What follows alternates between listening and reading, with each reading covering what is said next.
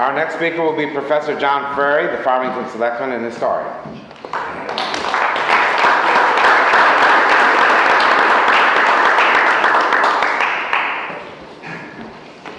Did you say 70 degrees?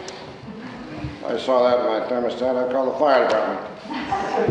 Now, you've heard some people speak real authority, and you'll hear some more speaking of real authority, and then there is me. I returned from New Jersey in 2004 after a long exile, and according to the mover, I brought with me 5 tons of books. There wasn't a single ounce of them about energy or oil. I find myself running for Congress. I got a steady flow of questionnaires, which assume that I am an expert on geopolitics, macroeconomics, microeconomics, obstetrics, surgery, God knows what, all the list goes on forever. What do they really expect from their congressman? Well, what you've got here is an advocacy, one particular thing having to do with energy, based on information which is not that obscure or difficult to find. The reckoning, apparently, among some people is if I advocate a refinery anywhere in the state of Maine, that a certain number of environmentalists will hyperventilate, froth at the mouth, and bleed at the nose. But I'm not concerned with that. I'm not starting a political career at my age. So what can I do running for Congress? I can place before the public something which requires serious attention. Now, here are the facts. Our greatest assets are the right-of-way that run from Searsport to the Loring Air Force Base, now the Loring Commerce Center. It's not the pipeline itself, just 6 inches in diameter, it'll have to be replaced. It's the right-of-way. You've already heard about the difficulties of permitting and getting permits. Well, they're hideous for a pipeline. You have your NIMBY problem. You have all the permits and bureaucratic obstacles. Well, there's already in existence a right-of-way. That's a major asset. The base, which once accommodated 25,000 personnel, now zoned for industrial use, is another major asset. The Sears Port, Deepwater Port, is another one. You have a tank farm at Searsport and another one in the Loring Commerce Center. That tank farm at Loring Commerce Center is now in the possession of the rustic band of the Micmac tribe. They can't make use of it because of bureaucratic obstructions from the Bureau of Indian Affairs, something you might know something about yourselves. Now, I'm not in a position to put together the capital formation. This has to be a joint venture. You've got the Loring Commerce Center Development Corporation, you have Sprague Industries, you have the Maine Port Authority. They will all have to put together by a private corporation which provides the capital. They can build a 200,000 barrel a day refinery up there. They have the wastewater treatment, they have the water supply. They're using now just a fraction of what they can use. And above all, they have the pipeline that goes from Searsport, and they have another pipeline that runs from Portland to Bangor, owned by Exxon. That can be expanded. They already have the permits to do that for the finished product.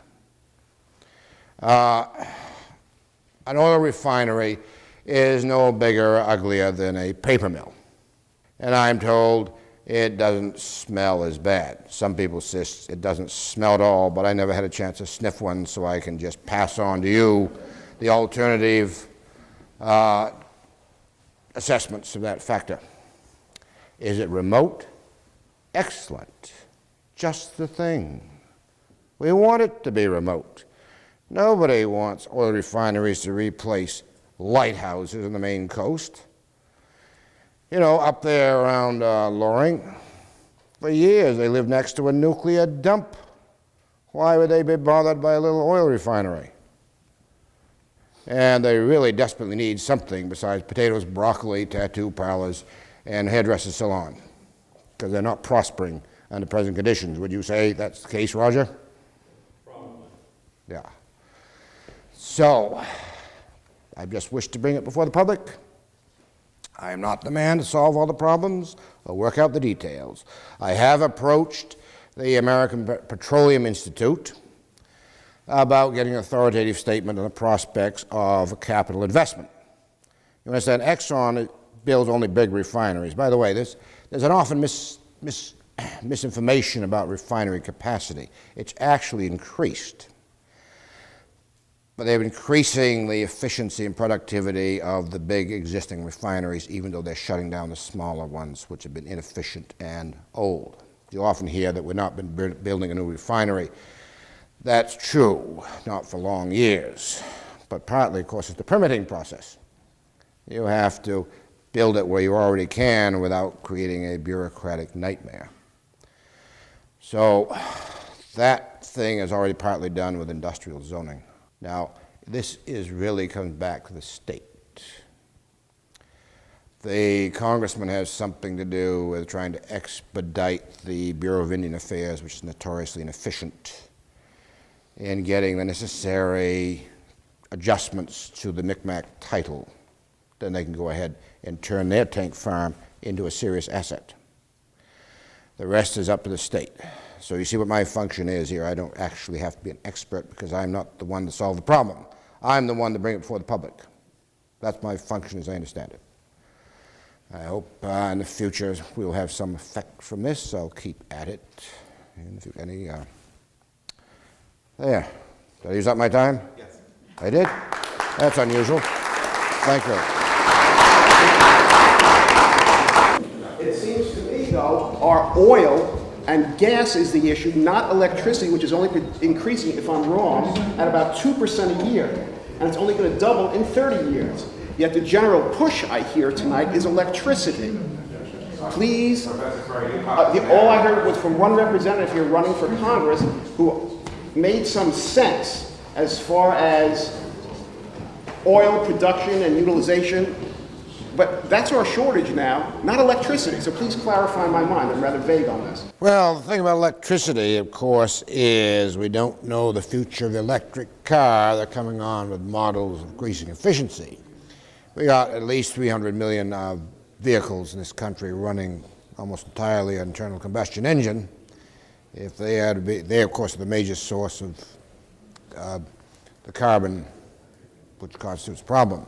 If they're to be replaced with electric vehicles, then we have got to come up with a major source, possibly nuclear, in order to power these cars. At this point, it's highly speculative. You know, one of the emphasis all through this is there are multiple solutions in view. At this point, we can't be sure which ones will work best. We can't even be sure if something won't pop up nobody has any clue about. You understand what I'm saying? But in the meantime, the Federal Energy Information Agency reckons that by the year 2030, we are still going to be 80% dependent on hydrocarbons. They reckon a 300% increase, or nearly 300% increase in ethanol, bring us to a grand total of 1.7% ethanol energy source. That's not a salvation for us. As for solar energy at this point, it's still a tiny fraction, so the electricity, I think nuclear energy is the most promising thing we know about now, and the most likely source of consumption is electric automobiles. But the big thing is we don't want to tie ourselves into one particular course of action because we've got all these multiple possibilities.